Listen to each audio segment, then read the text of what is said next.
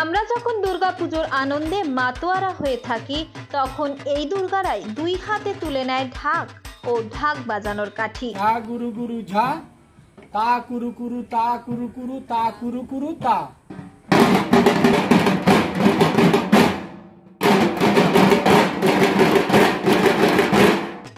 অশোকনগর পৌরসভার ৩ নম্বর ওয়ার্ডের আমতলা এলাকায় 2016 সালে প্রথম মহিলা ঢাকের দল তৈরি করেছিল সজল নন্দী।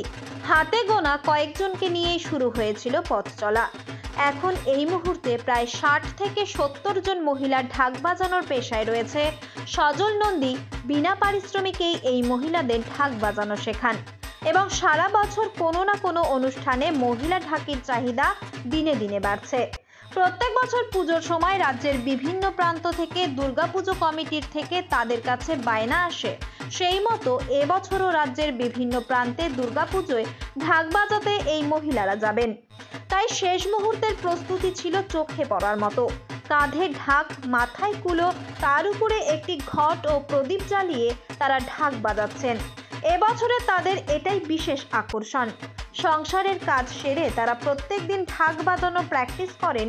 পাশাপাশি পুজোর সময় পরিবার ছেড়ে দুটো অর্থ লাভের আশায় তারা বিভিন্ন মণ্ডপে মণ্ডপে চলে যান ঢাক বাজাতে। প্রত্যেকেই কিছু না কিছু কর্মের সাথে যুক্ত, তার ফাঁকে এই ঢাক বাজানোর কাজ করেন। এবার যাচ্ছি, দিল্লিতে যাচ্ছি, আর বায়না হচ্ছে, ভালোই হচ্ছে, কারণ এখন ভালোই চাহিদা আছে আমাদের। কিছু যাচ্ছে দিল্লি, কিছু যাচ্ছে বোম্বে, কিছু অশোকনগর আছে, তারপরে নিউ টাউন আছে, তারপরে লোকালেও করছে কলকাতায়, গোবরডাঙ্গা। আরজিকরের ঘটনা নিয়ে ওটা দুঃখজনক ঘটনা। আমরা একটা মহিলা হয়ে করছি, কারণ ওটা তো স্বাভাবিক দুঃখের ঘটনা। আমরা চাই না এরকম কিছু। আমরাও তো একটা মহিলা, আমরাও তো বাইরে বেরোই, যে ঢাক বাজাতে যাই, এখানে ওখানে যাই, আমরাও চাই সেফটি থাকতে। কিন্তু এই যে ঘটনাটা হয়েছে, এটা আমরা কেউ মেনে নিতে পারছি না। আমরা চাই যেন ও দোষীদের শাস্তি হোক। পুজোর আগে মহড়া করলাম। এটা হচ্ছে অনেকদিন ধরে একটা পুজোর সামনে চলে এসছে, কিন্তু আমাদের খুব একটা ঘটনা, আরজিকরের ঘটনাটার জন্য আমাদের খুব অসুবিধা হচ্ছে। বিভিন্ন জায়গায় ফাংশনগুলো বন্ধ হয়ে যাচ্ছে, ক্যান্সেল হয়ে যাচ্ছে।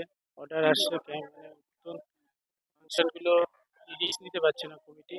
এবং আমরা তাড়াতাড়ি আরজিকরের ঘটনা তাড়াতাড়ি আমাদের বিচার চাই, এবং তা না হলে এই যে আমাদের যারা মধ্যবিত্ত শিল্পীগুলো, তা না হলে খুব মাঝখানে মারা যাবে। বিদেশে আমাদের ভারতের মধ্যে আমাদের টুকটাক ফাংশন আছে, বাইরে ডাক এখনো হয়নি। খুবই কম, এই অভয়ের কাণ্ডের জন্য খুবই কম। যেখানে বায়না বাজার সে ফিরে যাচ্ছে, যেই যুগ সব ধর্নায় বসে যাচ্ছে, রাস্তায় ধর্নায় বসে যাচ্ছে। এবার আমাদের র্যালিটাই হচ্ছে রাস্তার উপরে।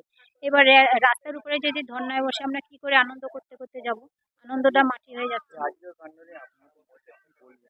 আমি আজকের কাণ্ড নিয়ে বলবো যে 1 সপ্তাহের মধ্যে যে বিচারটা যাতে তাড়াতাড়ি হয়, এই দাবি আমিই রাখলাম।